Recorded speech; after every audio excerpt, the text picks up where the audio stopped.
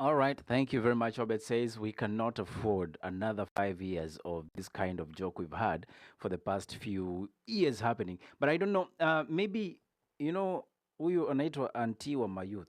I want you to speak to the young people who are seriously involved politically and even, campaigning to have other Kenyans present themselves and get registered as voters.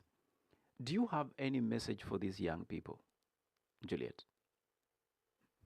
Oh, I want the youth to understand that they can change the country's direction. That is why I love them asking me questions. They actually called me, and I'm blessed to be their auntie Wama youth.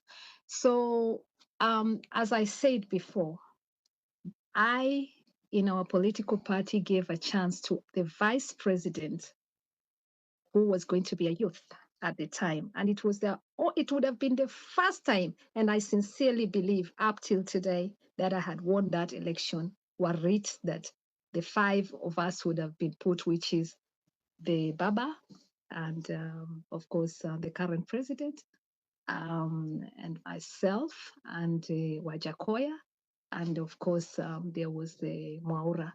So I believe that if the five of us were actually put at that time, I believe Kenyans would have favored me to be the president because I had reached that stage. So I know that, and I believe that if we had, all I wanted at that time is to be given an opportunity to read my manifesto and for the Kenyans to go into the ballot paper.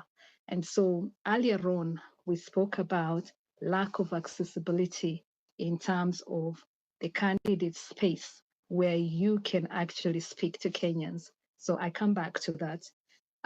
So during that time, you find that all the news the papers. I mean, first of all, can I thank some of the now newspaper that picked on my news? Can I thank Mount Kenya Times? Can I also thank some Nation paper picked up on my story? The Star, they picked on my little story, but it's difficult for them to do that. They were sort of like feeling they're doing me a favor, and they were scared. Why are they scared? Lack of accessibility. But I want to thank those papers for the fact that they were brave enough and picked on my story when they took interest. Who was this lady who wanted to be the president of Kenya? And that was me. And I thank you. And I also want to thank the women of Kenya because we kept it a secret.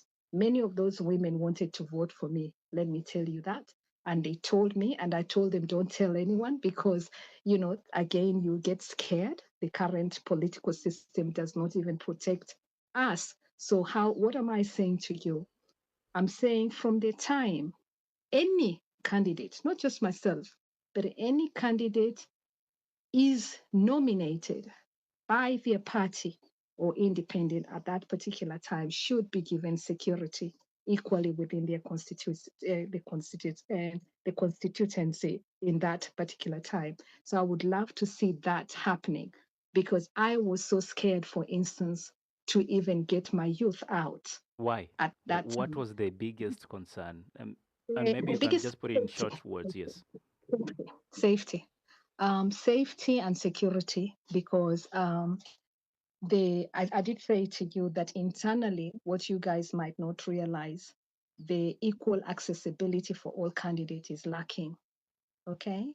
And for that reason, I'm for ensuring that we put a question to our constitution and government. What happens when the returning officer or the chair does not give equal accessibility to candidates? What should our government do to that chairperson?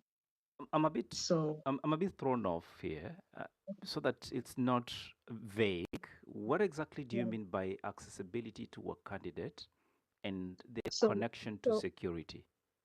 I apologize. So basically, when you go to stand, you're a standing candidate because you want to take the post. So if you go and stand like you want to be an MC, you're a standing candidate. Yeah. So if you want to stand as a president, you're a standing candidate. At that time, you're all competing. You want to win. So you want to become the president, the other person wants to become the president. And so what I'm saying is, do you want do you only want to hear about the same names that you've always been hearing? Okay. So that's number one. Number two, when all these 18 candidates, you would hear maybe the three names, even not four, you were currently hearing at that time, three names on all the media station. You don't hear of the other 18 minus three.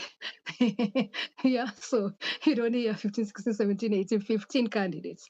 So you don't hear of them. So what I would love to see is these stations, radio station, speaking about the manifesto of all the other 15 candidates and bringing them to their show. Okay, all of them at that time. Let me ask you a question because Yeah. again, anytime you touch on media, it is Yes. personal, all right? So that we set the record straight. At what Correct. point were you denied audience with any media house without mentioning names? And what was the reason? Throughout, actually, let me tell you, throughout. Yeah, throughout. It is tough. It is Emails, tough. phone calls, or what was your sort of, approach, methodology? So, so let me say the approach. When I say the top medias, I talked about many of them are owned by someone somewhere. Okay. So, so this is what happened. I'll tell you what happened to me. I had to learn very quickly, by the way. So one youth approaches me. Remember, I traveled from county to county trying to make sure, the hardest bit is even getting there for people to get to know you as well. But as I told you, I've been Yeah, advocating yeah, for good governance and good leadership across the country for a long time, yeah. as a matter of fact. So, so one beautiful, let me say thank you to that young soul. Yeah. He calls me and he says to me, Madam, anti wa mayouth, sisi tuko ready kukumarket. Lakini, this is what we are given by this political party. Hapa ndio tunatengenezanga hela yetu. This is the highest time we can make our money. Okay? Now, because of that, us, we are working for so and so. So that youth was honest to me. And I love that about that youth. Okay. So, and I knew I had already put it as my risk plan. Yeah. So, and he tells me in advance, us, we work for this person. So we love you so much. We see what you're doing. And you're the best leader for this country. That is what these youth were telling me. Yeah. This is what these mamas were telling me. But guess what? Most of them are even scared to come out and put that out because the next thing is their safety is compromised. Okay. So for me, as a person, safety is very paramount for our young people. So Safety is very paramount. again, Juliet, You forgive asked me. me a very honest question, so let me answer that. Yeah. So, so you asked me why I wasn't able to put the vice president online as best as I would, because I was waiting for the vice president to be given government security so that I wasn't worried as a woman, as a mother. No, my question was more of the issue of media access because for me Yes. that's very Okay. important. At what point, So, what so media methodology did you access, use and you were blocked out? correct. So you're, so this is how it works. Basically, you're told once you're in the ballot paper, you're going to be given accessibility at Mm. that stage. And even at that stage, I still don't believe that equal accessibility is given for all those candidates. There is supposed to be the amount of hours, the calculations that are made for each candidate. I think it would be interesting to do a research on that to see whether that is something that really happens in our The country Communications properly. Authority released data in respect to what you're actually talking about, trying to Yeah. see the coverage that candidates and aspirants were receiving, especially those who had declared their interest publicly. Um, Mm. but I think Well. I'm not in any way defending. I'm just trying to have this talk so that we go to the same direction. So what I would like to figure out is if a candidate present themselves, there's the Mhm, media, there is you, and today there is also what we call the social media, which the likes of Donald Trump used and maximized it to become who they are today. We've seen the rally that happened also behind President William Ruto, hugely mhm, convened online and also offline. mhm. If you are not able to make it offline, what stopped you from making it online? Oh no, the bloggers, yes, the same thing happens as I'm talking to you right now. I've said to you, many of those bloggers, they're actually bought. Okay, you see, they hire the bloggers, like they hire the numbers. Yeah, this young youth made me understand Yeah. how it all works, Yeah. and I was actually fascinated learning that that is what really happens in this industry. Maybe you That didn't do that your took me. homework well. Is that the No, case? I did my homework, but I was surprised that um, that this kind of legislation, this kind of things were happening to me Mm. behind the scene. I Mm. already put it in my risk plan, but for the fact that it is, you're literally buying those bloggers to become your their crowd, to become you're sort of like Because your evidently vote, they become your gramophones for voter, you. I mean, they your speak for voter. you. Yes. So what I'm saying to you is the voters need to be educated, because today we are supposed to be speaking about the expectation of voters, and and how that matters in issues of governance. So Correct. voters should be aware that just because you have that you're following this, and I've told you they are given handouts. Mm. So is it the handouts that you really enjoy that one day, Mm. 300 bob, Mm. and then that's what has made you now vote for that person? Yeah. I want to say to you that that is not something that I would ever advocate for. Yeah, I want us to think about the 60, say from when we got independent, over 60 years, we have the same leaders. And so if we have the same leaders, um, who is really actually on the side of ensuring that we can change politics or democracy, I think the voters should be given good choices in that ballot paper so Yeah. that they are able to make better choices. If you only have the same leaders in that ballot paper, then there's no competition. There's no competition. And I want us to start concluding this talk. I love what you're talking about in terms of voter education, civic education, among others. But I also would love to pose a question to you and really give me a straight answer. I am hungry today, very hungry.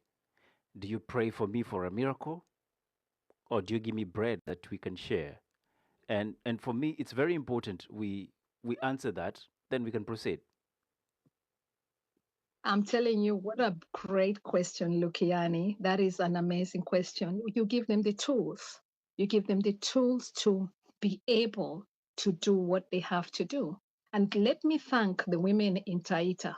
When my campaign started, when I spoke to them, they gave me hope. They asked me what I was there to offer, and I was going to quickly read that, but if we're running out of time. But when I read my manifesto to them, and I told them, me, I don't have money to give you, like many of those leaders, the women stood up and they said, huyo ndio tunataka. Beautiful, beautiful. So I want to thank them for some of those women, because they actually inspired me, okay, in places like Nyandaro, for example. The business people around there inspired me, for example. They said, as soon as we see you in the ballot paper, we are actually your presidential candidate. I want to thank those business people that came and told me that here today in your show.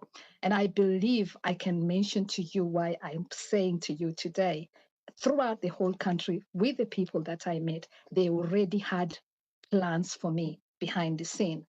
But is it possible for me to really put it out all on air here as a person here right now? Because I said to you, I'm not here for campaigning. I was coming to specifically talk about the issue of voters and issues of good governance within the voter system. What is the one thing or call of action that I would want to see for voters? Tell me. Number one, Yeah. I would want to see that any voter mwenye anakubali kulipwa, I would want to see a policy. It is there in our constitution, but I would want to see this reinforced with the IEBC, that any voter mwenye anapatiwa shilingi 300 ama 500 na anakubali with their hand, then that person can be prosecuted. Are we That ready for that, really, as a country? Are we ready for that to happen? Because it's not that you. that is my call of action. Yeah, Let yeah, me say I'm just that is asking. my call I'm of just action, asking. and Yeah. I will give you a good example. Let me come back to that. Here in UK, I've stood. Many of you will know that I stood in 2010 as a I wanted the post of going for a councillor in the borough of Tollington here in UK. And one of the things you sign, one of the documents that you sign as a candidate standing, is you cannot give anybody any token. That's the first thing that you sign. Nothing, not even chai. Hata kukunywa chai. Not even fare. I can't even cover for your fare. And I cannot Why do you want to receive penalize or ask IBC to penalize me for receiving? Because I think now the that's honors are I on think, you, the candidates. I think that's another entirely other No, that's what you conversation. say. That's why I was I'm not asking. saying I'm not saying Yeah. I'm not saying that you shouldn't receive a gift. That's not what I said. But I said we're talking about the handouts. Hiyo kumwagiwa 300, 400, whatever. And I so I'm just looking at it from that perspective. Okay. Because of corruption. I'm talking about we have to remember how corruption what is affecting us as a community. The issue of corruption is rampant in our society. And we need to fight corruption. Correct. And we need to bring the issues that where they start. So currently, I've given you so far 2 things that with my lived experience, Yeah. because I have to say it's my lived experience, and I know that is what I've seen on the ground. Yeah. How do you position any talented Kenyan who feels that has great initiative and can become and have accessibility within the context of where we are as a nation today in 2026, but more so in 2027? How do you position? Last week I saw you with Dr. Koyabe, for example. Yeah. Yeah. Think about it. I know he didn't mention my name on that particular, but when he told me he was here, because he actually sent me his flyer, Yeah. and I also, he calls you Ellie, but I call you, I normally know you as Likuyani, Yeah. but so when he told me Ellie, I didn't really connect it was you. Yeah.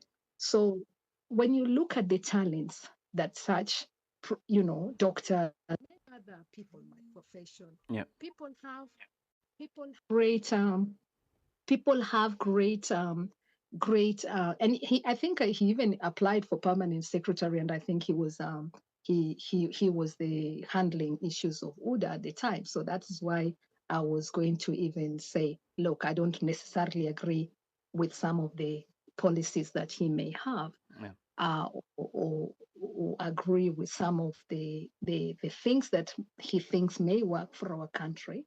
But what I can say is in terms of governance, is Kenya needs better leadership. Kenya needs to look at where we are today in issues of corruption. It's the highest it's ever been. And the question is why? Why are we Are you having a that? better leader? Absolutely. Yes. Anything that's yes, I will say yes to you. And that is why, if I wasn't, why would my manifesto be taken by both political parties? That answers your question. Yeah. And I can assure you that that is what I believe has happened, because when I was being told to be empowered, that guess what? Madam, this is what has happened. But what surprised me was I was only thinking it was one side. But when I was told all of them, I was proud of my little brain. Of course, I was. I was very happy. I thought, oh, wow. So it can be done. So what we really need is we need greatness. We need to empower our young people. We need to empower our mothers. We need to empower every single Kenyan to be creative, to be innovative, to be the best that they can be. That is what we need. And so we don't want to their skills wasted. And I was just going to say, when you look at even like in our doctors, they would love to come back home and do something. But what is happening in our country? When you're abroad, you wait until somebody is over 60, 70, 80, and then that person comes back to do what? To give you nothing. When anatembea kama hata anashindwa hata kutembea. Mm. No, that is why you see, when people were saying to me, why are you standing now? I told them, because I want to stand when I'm still healthy, when I'm still strong, when I'm still energetic to come and give back to my people. Yeah, but this was not about me, but I want us to come back again to the question. Seems to me you Yes. are Mhm. suggesting the Yes. diaspora, finesse Yeah, and so it let's and come the back to the resource. diaspora Uh, vote. uh, Yes, just a great, second, just a great. second. Mhm, Hold on, because we mhm. have slightly 3 minutes to go off here. Okay. The diaspora resources, both human capital, among others. You see, let me also say thank you to all the community leaders that are really trying to push forward for the diaspora votes. Let me thank them first of all. Yeah. That is a very important aspect. The second thing is we need representation. Mm. Representation that is great to be elected within us diasporians electing. Can I tell you that there is no, even us diasporians, we need to be organized. Let me say that, because we are quite disjointed and we are not really united. Can I say that? Right? That's more conclusive. Are you suggesting we are disjointed? Because I know very great diaspora groups that are working together for the betterment of Kenya. I can say to you that sadly, some of those groups, they've not actually been elected. We've never had a group that is properly sort of like, like we are now coming together, let's say all these people who live abroad, and then we decide that we're going to elect one or two, three Do we leaders need that election will for come. that to be a Yes, I platform think that for is Kenyans important, and to bring I together think their the ideas? support. Yes, we need some kind of support, and it can be. I'll run through that another day on Mm. another program, because if you think about it, Yeah. Kenya currently is trying to introduce something like, or if you have a political leader in every political, in every in every political party, Yeah. you have diasporian representative. So to me, that's a great thing, because what that means is they will be somehow required to put 6 or 8 candidates within that political party who are from the diaspora. So to me, that's a great Wait, step forward. is this under political acts? Because I haven't seen such happening yet. I think it's being debated currently. So if you It's look at still the on current lobby, right? debate, People are yes, lobbying for that. It's not really. it's the MPs. I mean, it's actually it's being pushed out because, of course, it's political, and sometimes they don't want the views of the politics. But actually, some MPs have actually taken it upon them. So I'm grateful to those politicians who Mm. have bravely pushed for such a mandate. Yeah. Now, if you look at the economy of Kenya right now, the diasporians are the ones who have sustained. But if you look at the value that the diasporians actually receive, it's just like we are just giving money, money, money. What is the value of that average diasporian? But who Yeah. did you And send that is this money why, to? yeah, just money. So that, you're being looked at like, oh, leta tu pesa. But who do you And send this money to is my question. sorry? Who do you send this money to? So it can be family members, it can Mostly be family. projects, it can be projects, it can be sometimes, I mean, I Mm. have even given money to roads to be built, for instance. Okay, so they will tell you pale barabara kwetu kunatakikana kutengenezwa in lighting. Mm. Okay, It can be for various things. It can be for development. I told you earlier on, economic development, which is great because maybe, it's needed. You won't leave your people out there not to have lighting, or you won't leave your people not to have toilets, for So instance, or you're you won't doing leave. this as a satellite government because that's the work of government. And that is why I've always said I love to separate what is the work of the government and what is the work of people. So, for instance, for me, if you came in and you tell me today, oh, um, let's come and build a school next to where there is another school, I'll ask question, why can't we improve those schools that are already down on the ground? Yeah. Mm. In Kenya, are you aware that in Kenya, as compared to many other African countries, in every county we have a hospital? Yeah. So, what is happening? Why is it those hospitals? I started out that topic earlier on about negligence. Yeah. Why is it that someone like me will come in and, I see a hospital like a local hospital, the grass is grown, you don't even know that was a local hospital long time. And then when you now cut the grass and you empower those people, they say, actually, it was a hospital. So it is good governance, as we were saying, that Interesting. education is key. Yeah, Interesting. education is key. Well, Um, I'm being and reminded that we are out of time, but that does not thank you. mean the conversation comes to an end. It means this is just a beginning of another conversation on how we need to look at governance. But important, the diaspora also, we cannot always, mandate ourselves as the saviors of Kenya, because to some extent, yes, we contribute handsomely to the well-being of the economy, but we do not single-handedly sustain the economy. That is, of course, based on the numbers and figures that run the sustainability of our country, which include foreign direct investments, among others. That said, I would like to take this opportunity to quickly ask you to say your final words. That is Juliet. And Juliet, as always, it's been amazing having this talk with you. Juliet Mahapila, and she's a change maker. She's a former aspirant in the 2022 elections that was for the presidential seat. I mean, she did good for herself. Let's clap for her.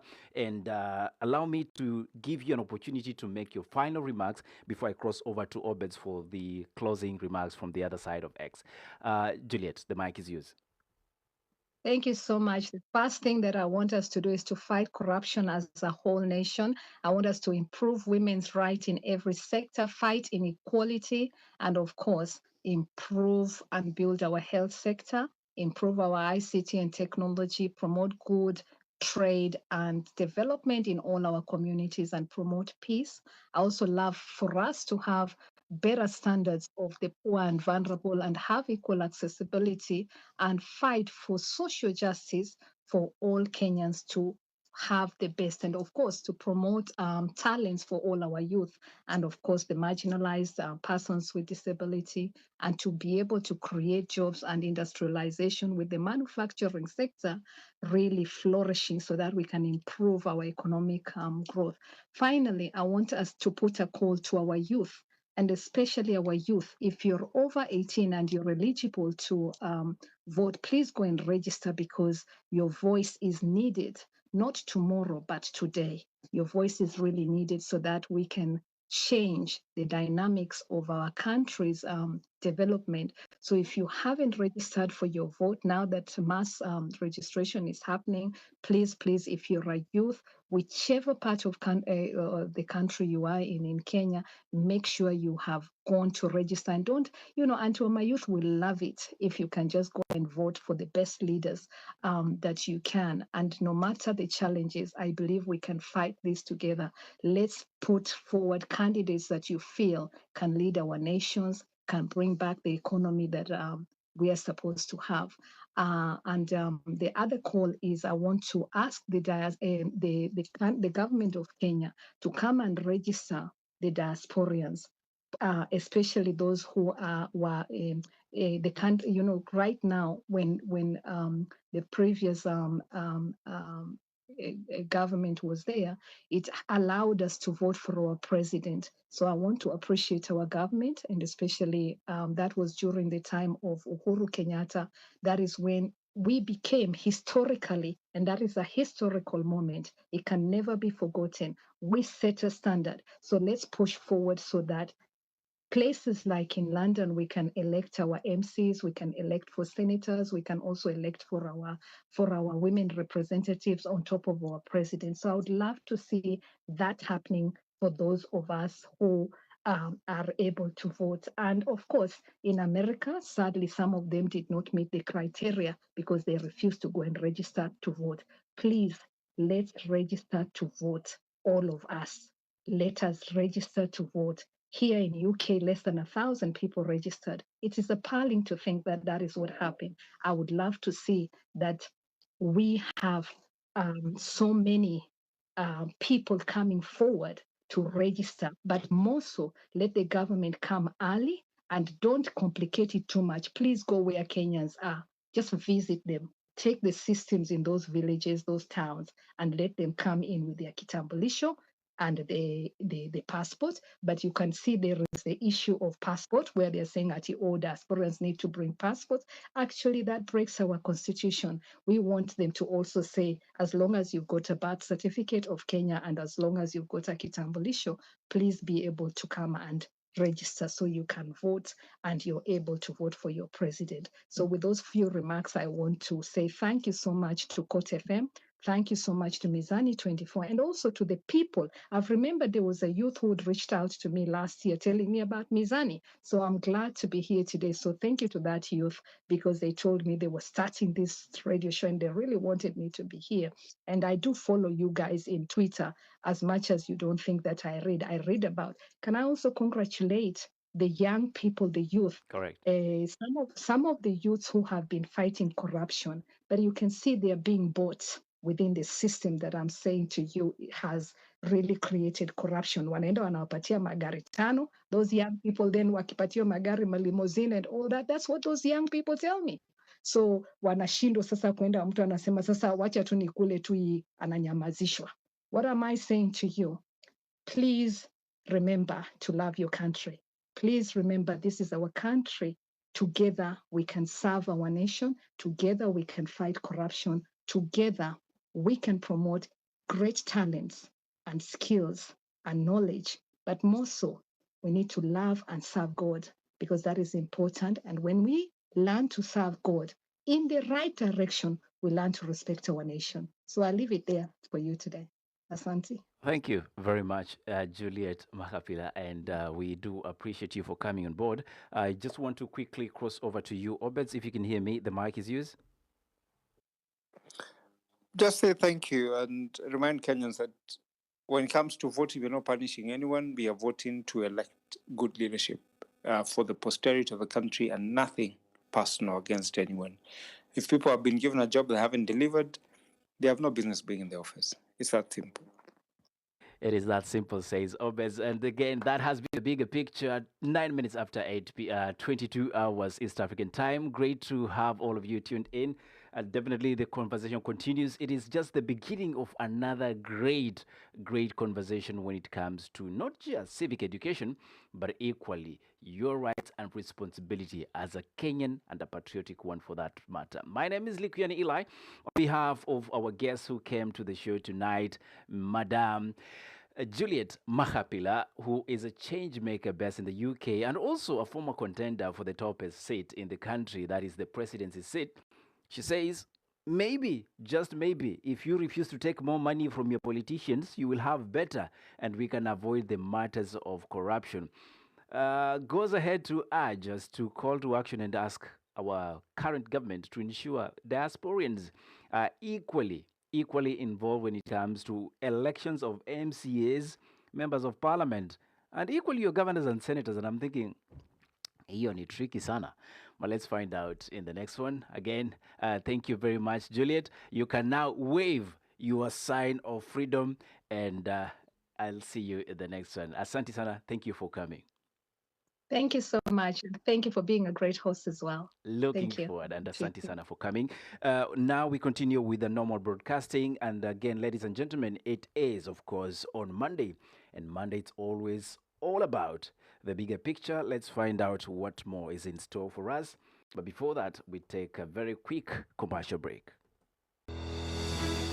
Welcome to NK Home Care Services, where quality healthcare meets the comfort of your home. We offer professional nursing care, caregiver support, mental and neonatal services, physiotherapy, post-surgery care, palliative care, and ambulance services, all tailored to your needs. Our mission is to empower you or your loved ones to live with dignity and independence. With compassion, respect, and professionalism, we're here to support your journey to a better health. Visit us today at 54 Real Estate off Mombasa Road, or call us on 0768 400 800, or find us online at www.fifthgenerationaloutsourcing.com. NK Home Care Services, caring for you wherever you are.